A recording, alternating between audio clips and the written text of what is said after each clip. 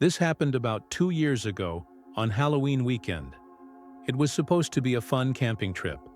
Just me, my girlfriend Maya, and my best friend Alex. We had all heard stories about this forest up north called Ridge Hollow. Locals said people disappeared there every Halloween. We thought it was one of those small-town ghost stories, something people made up to keep kids away. We got there late in the afternoon, around 5. The drive was long and quiet, and by the time we found a good spot near a creek, the sun was already setting. The forest looked weird, still. No birds, no insects, just wind moving through dead leaves.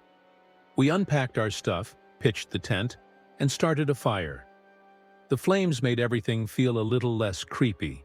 Maya started roasting marshmallows while Alex cracked open a beer and played some music off his phone. It felt like a normal camping night for maybe half an hour, until Maya started talking about the local legend. She said that 10 years ago, a group of college kids camped here on Halloween night. The next morning, they were gone. Their tents were shredded, and the rangers found faces carved into the trees. Faces that looked human. She said one ranger quit after finding them. He claimed he heard laughter in the fog, voices that sounded like the missing campers. Alex laughed it off, but I could tell Maya wasn't joking. She said it so casually, then stared into the fire like she was remembering something. I tried to laugh too, but the forest suddenly felt different, like something was listening. A few minutes later, the wind died completely. The trees stopped moving.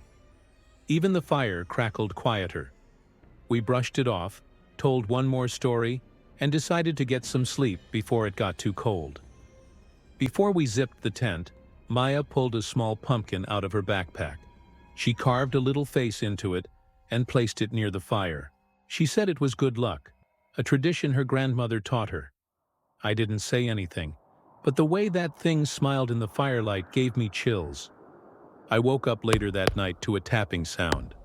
Something was hitting the side of our tent. At first I thought it was branches falling from the trees, but it was too steady. 3 taps, then silence. Then 3 again, but closer. I whispered, "Maya, do you hear that?"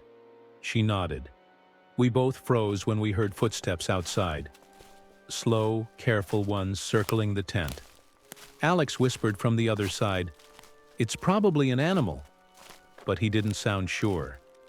Then something brushed along the fabric, right next to my head. I could see the outline of a hand, 5 fingers pressing into the tent wall. I stopped breathing. Maya grabbed my arm and we just sat there staring at the moving shadow. Then it stopped, and a voice whispered my name. Softly, right outside the tent. I'll never forget that sound. It wasn't a voice I recognized. It was low, almost like someone trying to sound familiar. Then it whispered Maya's name, then Alex's, each one slower. Alex unzipped the tent just an inch and pointed his flashlight out. The light cut through the fog, but there was nothing. The fire was almost dead, and the pumpkin Maya had carved was gone. "Maya, where'd you put it?" I asked. She just shook her head. "It was right there." We stepped outside, our breath fogging in the cold air. The forest was dead silent, but the pumpkin was sitting by the creek, about 20 feet away. It was facing the woods. Alex said, "Okay, that's not funny." He took a few steps toward it, and something, tall and still, moved behind the trees.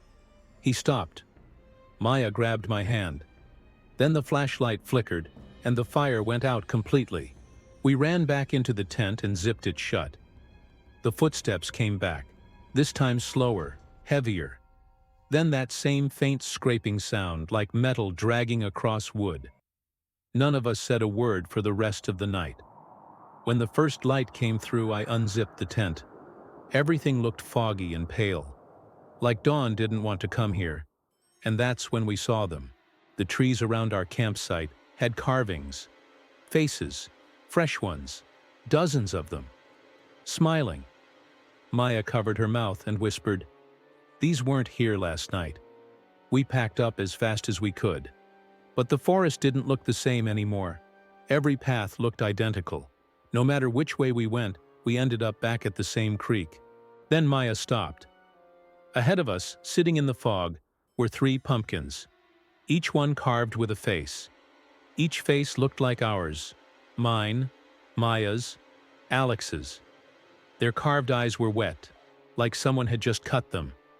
Alex whispered, "We need to go." And then we heard laughing. Not close, not far either. Just this echo, coming from the trees, like it was all around us.